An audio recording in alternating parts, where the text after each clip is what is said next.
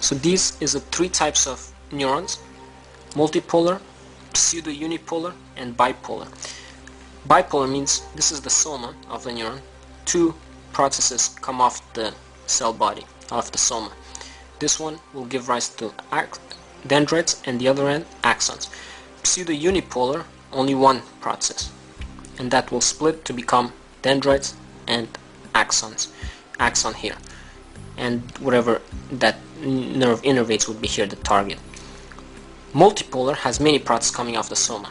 These are all the dendrites and a single axon.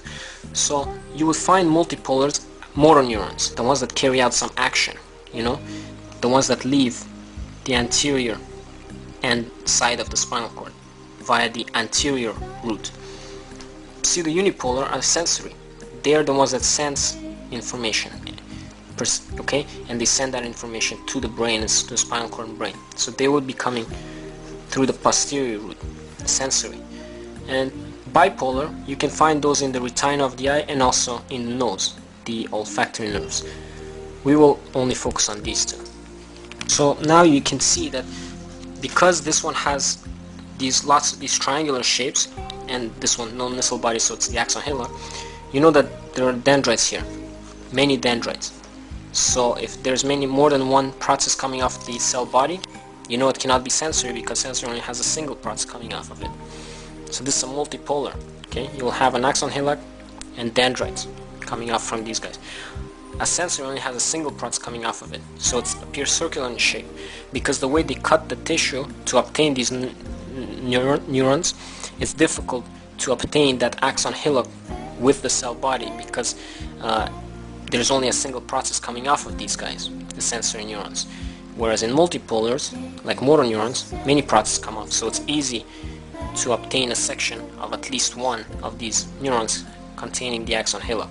So the sensory will usually be rounded, and they will be surrounded by these cells called satellite cells. The motors also have those satellite cells. So going back to the spinal cord, the white matter consists only of axons, these structures here. The gray matter, the soma, collection of the soma. Okay, and you can have dendrites in here as well. And all sensory neurons will come through the posterior root, and the motor neurons, which are multipolar, will leave through the anterior root. The sensory neurons that are coming through the posterior root are pseudo-unipolar. The ones leaving the anterior root are multipolar.